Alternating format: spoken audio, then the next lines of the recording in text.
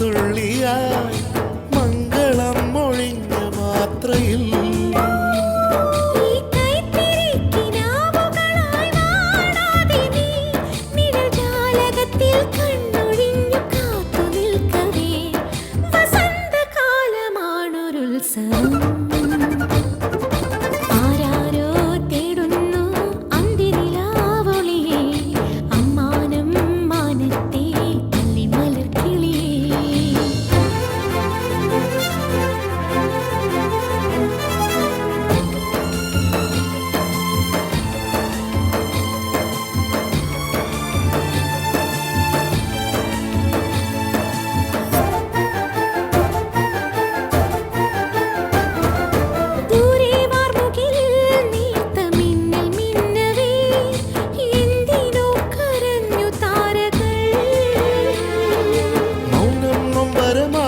നെഞ്ചിൽ ചാഞ്ഞുറങ്ങവേ പൂപൊഴിഞ്ഞു വീണു പാട്ടുകൾ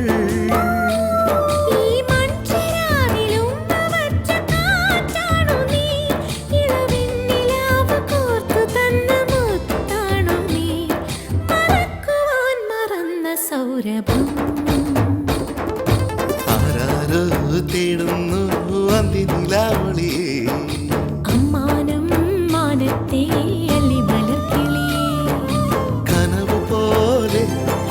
കവിത പോലെ കടൽ പോലെ കാറ്റു പോലെ ഓർമ്മയിൽ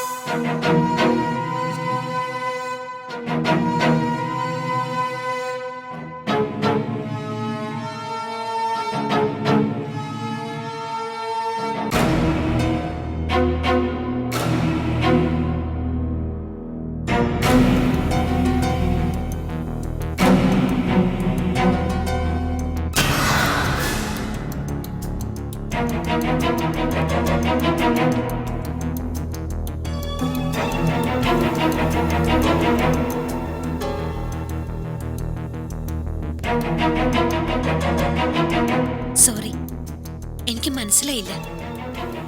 ഐ ആം ശ്വേത നായർ.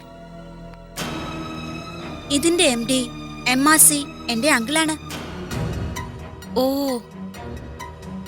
മോഹനചന്ദ്ര സാറിന്റെ സിസ്റ്റർ അല്ലേ? ഞാൻ കൃഷ്ണവേണി. ഞാൻ ഒരുപാട് കേട്ടിട്ടുണ്ട്, അതാ ഒന്ന് പരിചയപ്പെടാൻ ഇറങ്ങിയത്.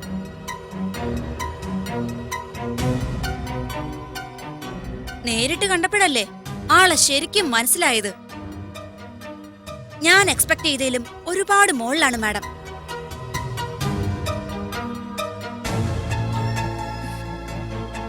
ഇത്രയ്ക്ക് സ്മാർട്ടായ ഒരാളെ കിട്ടിയ ഏത് MRC ഒന്ന് ആടിപ്പോവും. അതിൽ അസൂയപ്പെട്ടിട്ട് എന്ത് കാര്യം അല്ലേ മാഡം?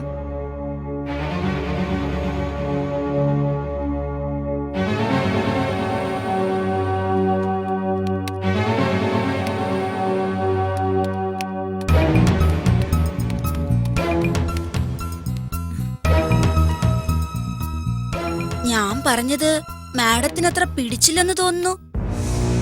നോക്കൂ കുട്ടി, കാണാൻ വന്നത് എന്തെങ്കിലും ആവശ്യമുണ്ടായിട്ടാണെങ്കിൽ അത് പറയാം. ഓ, എന്നെ കൊണ്ട് പറ്റുന്നതാണെങ്കിൽ സഹായിക്കാം. അതല്ലാതെ മനഃപൂർവ്വം ഇൻസൾട്ട് ചെയ്യാനാ ഉദ്ദേശമെങ്കിൽ സോറി, അതിന് വേസ്റ്റ് ചെയ്യാൻ എനിക്ക് സമയം തീരെയില്ല. ഓ, അങ്ങനെ അങ്ങ് സ്മാർട്ടാവല്ലേ കൊച്ചമ്മേ. എന്നോട് സംസാരിച്ചിട്ട് മതി നിന്റെ ജോലി തിരക്ക്.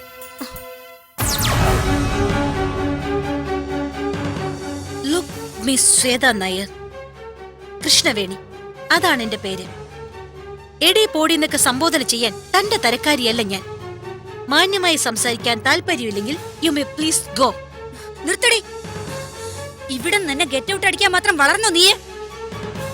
ദേ, ഒരു കാര്യം പറഞ്ഞേക്കാം, അഴിഞ്ഞാടി നടന്ന നിന്റെ പൂങ്കണ്ണീര് കണ്ട് ഈ ഓഫീസിൽ ജോലിക്കെടുത്തത് എന്റെ ഏട്ടന് പറ്റിയ തെറ്റ്. പക്ഷേ അത് മുതലെടുത്ത് ഇവിടത്തെ അകത്തമ ചമയാനാണ് നിന്റെ ഉദ്ദേശമെങ്കിൽ മംഗലത്ത് വീട്ടുകാരുടെ യഥാർത്ഥ സ്വഭാവം എന്താണെന്ന് അറിയും നീ. തൊലിവെളുപ്പും കൊഞ്ചിക്കുഴയിലും ഒക്കെ ആയി അങ്കിളിനെ മയക്കിയെടുക്കാനുള്ള നിന്റെ ശ്രമം ഉണ്ടല്ലോ, അതങ്ങ് മുളയിലെ നുള്ളിയേക്ക്. Stop it. എന്താ നീ എന്നെ കുറിച്ച് കരുതിയത്? ആട്ടും തുപ്പൊക്കെ കേട്ട് പഞ്ചപുച്ചൊടുക്കി നിന്നെ ഭയന്ന് നിൽക്കുന്നോ? വാങ്ങുന്ന ശമ്പളം ഇവിടെ മാന്യമായി ജോലി ചെയ്യുന്നതിനാ, അല്ലാതെ മേലുദ്യോഗസ്ഥന്റെ കൂടെ കൊഞ്ചിക്കുഴഞ്ഞ് അഴിഞ്ഞാടി നടക്കുന്നതിനല്ല. നീയും നിന്റെ ഏട്ടനൊക്കെ അങ്ങനെയുള്ളവരെ കണ്ടിട്ടുള്ളൂ. ഈ വേണി ആ കൂട്ടത്തിൽ പെടുത്തരുത്. ദേ, നിന്നെപ്പോലെ പണവും പട്ടുമെത്തിയും കൊട്ടാരവും ഒന്നും ഇല്ലെങ്കിലും ആത്മാഭിമാനമുള്ള ഒരു പെണ്ണാ ഞാൻ. എന്റെ മാനത്തിന് വില പറയാൻ വന്നാലുണ്ടല്ലോ, ഏത് കൊമ്പത്ത് കുടുംബത്തിലാണെന്നൊന്നും ഞാൻ നോക്കില്ല. ഇറങ്ങിപ്പോയിന്റെ മുമ്പിന്ന്.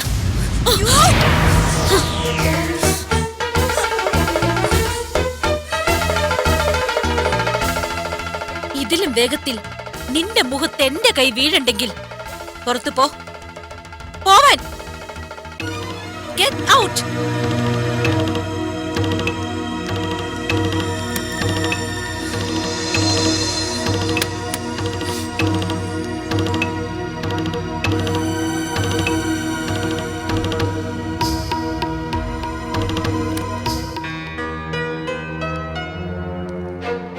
മോളെ, എന്ത് ദ്രോഹം ചെയ്തിട്ടാങ്കിൾ എന്നോട് ഇങ്ങനെയൊക്കെ?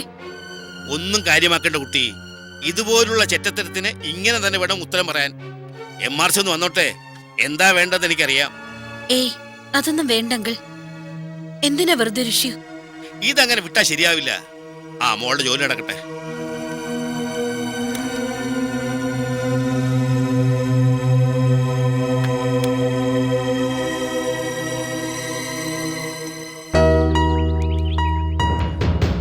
പറഞ്ഞു കേട്ടിടത്തോളം ഒരു ഇൻട്രസ്റ്റിംഗ് ക്യാരക്ടർ ആണല്ലോ ഈ ശ്വേത. ഇൻട്രസ്റ്റിംഗ് എന്നല്ല അതിനെ വിശേഷിപ്പിക്കേണ്ടത്, ഹൊറിബിൾ. അതിന്റെ പെർഫോമൻസ് വെച്ച് നോക്കുമ്പോ അങ്ങനെ ഒരു വിശേഷണം അവൾക്ക് കൂടുതൽ ചേരുന്നത്. ആ കുടുംബത്തിൽ MRC ഒഴിച്ച് ബാക്കിയുള്ളവരെല്ലാം തന്റെ ശത്രുപക്ഷത്തായി കഴിഞ്ഞു അല്ലേ? എന്റെ ഭാഗ്യദോഷം, അല്ലാതെന്ത് പറയാൻ. അങ്ങനെ നിരാശപ്പെടേണ്ട കാര്യമൊന്നുമില്ല. MDക്ക് തന്നെ വിശ്വാസമല്ലേ? അദ്ദേഹം കൂടെ ഉള്ളപ്പോ തനിക്ക് ആരും പേടിക്കേണ്ട ആവശ്യമില്ല. പക്ഷെ കാര്യങ്ങൾ അത്ര സിമ്പിൾ അല്ല മാഷെ. ചുറ്റിനും ശത്രുക്കളുള്ള ഈ സ്ഥാപനത്തിൽ എന്ത് ധൈര്യത്തിലാണ് ഞാൻ പിടിച്ചേക്കേണ്ടത്? MDയും മാമ്പിള്ളിയങ്ങളും എപ്പോഴും സഹായത്തിനുണ്ടാവണമെന്നില്ലല്ലോ. ഇന്നലത്തെ സംഭവം മാമ്പിള്ളിയങ്കൾ MRC അറിയിച്ചു കാണും. അതിന്റെ പേരിൽ എന്തൊക്കെ പ്രശ്നങ്ങളാണ് ഉണ്ടാവാൻ പോകുന്നതെന്ന് ഓർക്കാൻ തന്നെ പേടിയാവുന്നു. ഞാൻ അരുതാത്തത് എന്തെങ്കിലും ചെയ്തോ മാഷേ? ഒരിക്കലുമില്ല. തന്നെ ചോദ്യം ചെയ്യാൻ അവകാശമില്ലാത്ത ഒരാളോട് താൻ റിയാക്ട് ചെയ്തു. അതില് കുറ്റബോധം തോന്നേണ്ട ഒരു കാര്യമില്ല. ഇതൊക്കെയാ മോഹനചന്ദ്രന്റെ കളികളാടോ. തന്നെ അവിടുന്ന് പുറത്തേടിക്കാതെ അയാൾക്ക് രക്ഷയില്ലല്ലോ. ഒരുതരം ചീപ്പ് റിവെഞ്ച് അങ്ങനെ കരുതി അവോയ്ഡ് ചെയ്യാം. മാഷ് തരുന്ന ഈ ധൈര്യവും ആത്മവിശ്വാസവും ഒക്കെ അവിടെ പിടിച്ചു നിൽക്കാൻ എനിക്ക് ശക്തി തരുന്നത്. എന്തെങ്കിലും മനസ്സ് തുറന്ന് സംസാരിക്കാൻ വേണ്ടപ്പെട്ടവരായി എനിക്ക് നിങ്ങളൊക്കെ ഉള്ളൂ. എന്നാ ഞാൻ പോട്ടെ മാഷേ.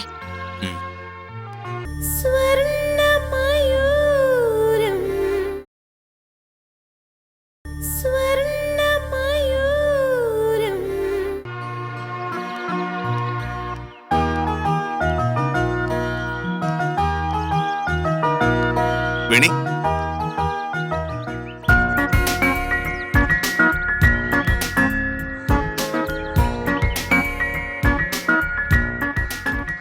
തന്നോട് ഒരു പ്രധാനപ്പെട്ട കാര്യം ചോദിക്കാൻ മറന്നു. എന്താ? അമ്മ വന്ന് മാഷിനോടും അമ്മായിയോടും ഒരു കാര്യം സംസാരിച്ചിരുന്നു. വേണി അതേപ്പറ്റി വല്ലതും? അമ്മായി അതേപ്പറ്റി സൂചിപ്പിച്ചിരുന്നു. എന്നിട്ട് വേണി എന്തു പറഞ്ഞു? ഞാനെന്ത് പറയാൻ? അല്ല, വേണിയുടെ അഭിപ്രായമാണല്ലോ മുഖ്യം. അമ്മയ്ക്ക് ശരിക്കും അങ്ങനെ ഒരു ആഗ്രഹമുണ്ട്. അമ്മയ്ക്ക് തനിക്ക് മാത്രമല്ല എനിക്കും.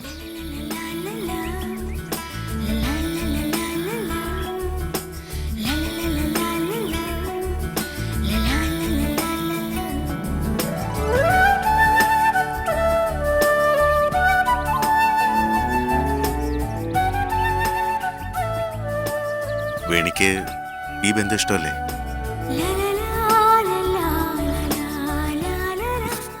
താൻ മറുപടി ഒന്നും പറഞ്ഞില്ല.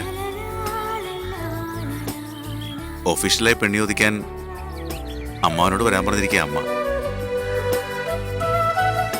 തനിക്കിഷ്ടമല്ലെങ്കിൽ വെറുതെ അമ്മാവനെ വിളിച്ചു വരുത്തി ബുദ്ധിമുട്ടിക്കണ്ടല്ലോ, അതാ ചോദിച്ചത്.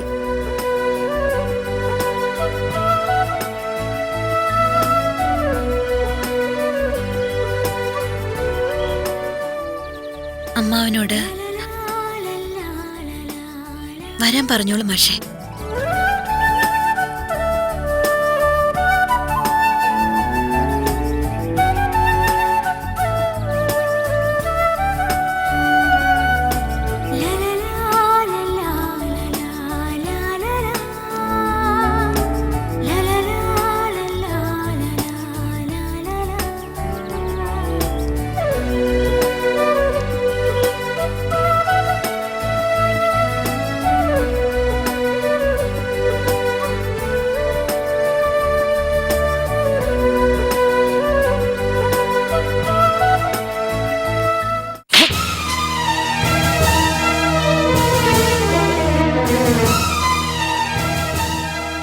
നീ എന്താ വിചാരിച്ചത്?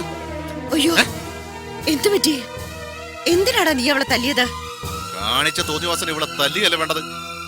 പുന്നാരവളോട് ചേച്ചി എന്നെ ചോദിക്കേ, എന്റെ ഓഫീസിൽ നിന്ന് എന്തൊക്കെയാ കാട്ടിക്കൂട്ടിയെന്ന്.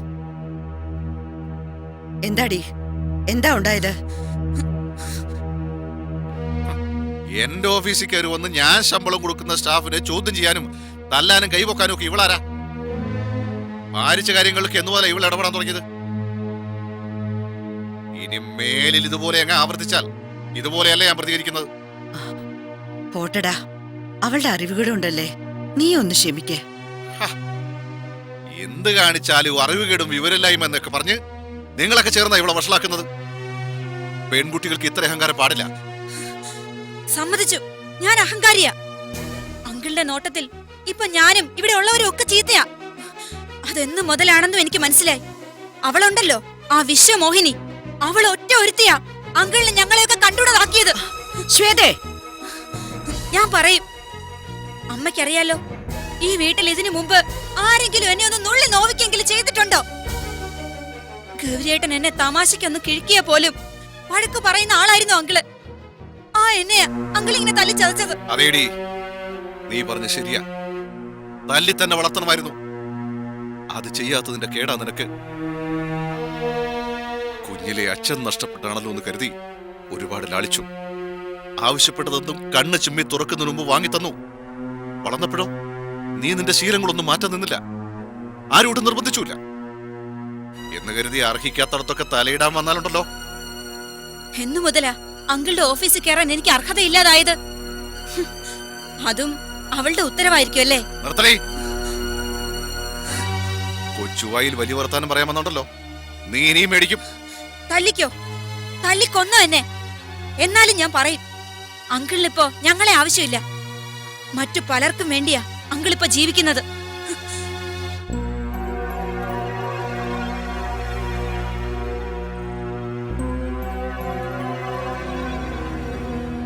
ഇവളെത്രയും വളർന്നുപോയെന്ന് എനിക്കിപ്പോഴാണ് മനസ്സിലായത്.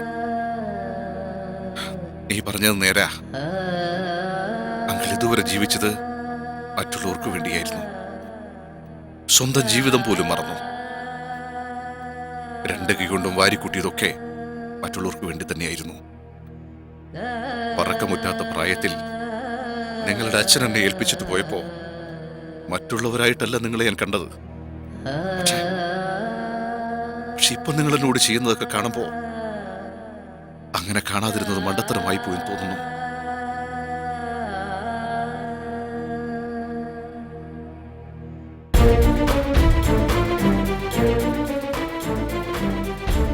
കേട്ടില്ലേ അമ്മേ, ഈ വീട്ടിൽ നിന്ന് ഇറങ്ങിപ്പോവാൻ ഇതിലും നല്ല ഭാഷ പറഞ്ഞു തരണോ?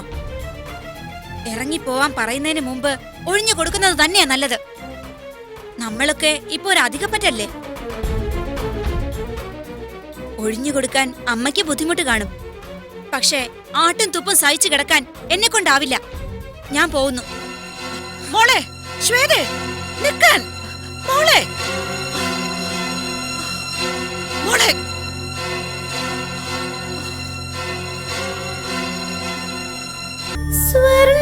സ്വർണ്ണമയൂരം സ്വർണ്ണമയൂരം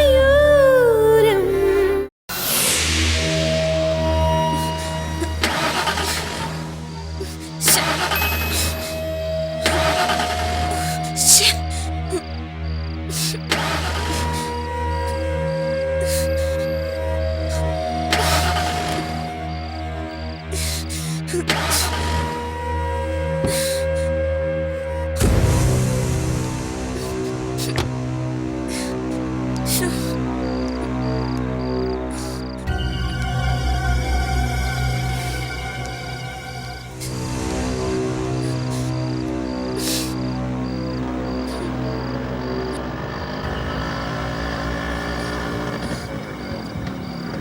Stop! Stop! Stop!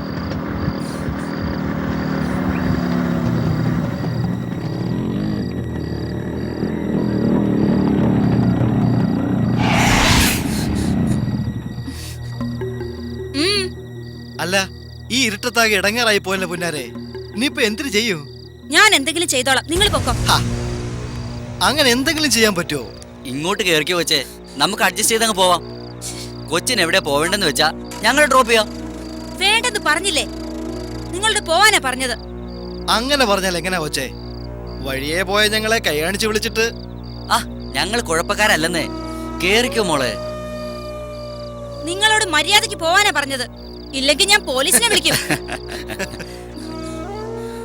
ആ, അങ്ങനെ അങ്ങ് വിളിച്ചാലോ?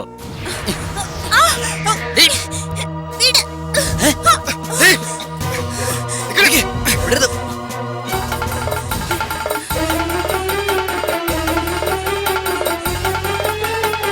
പിടിക്കോളെ. വിടരുത്.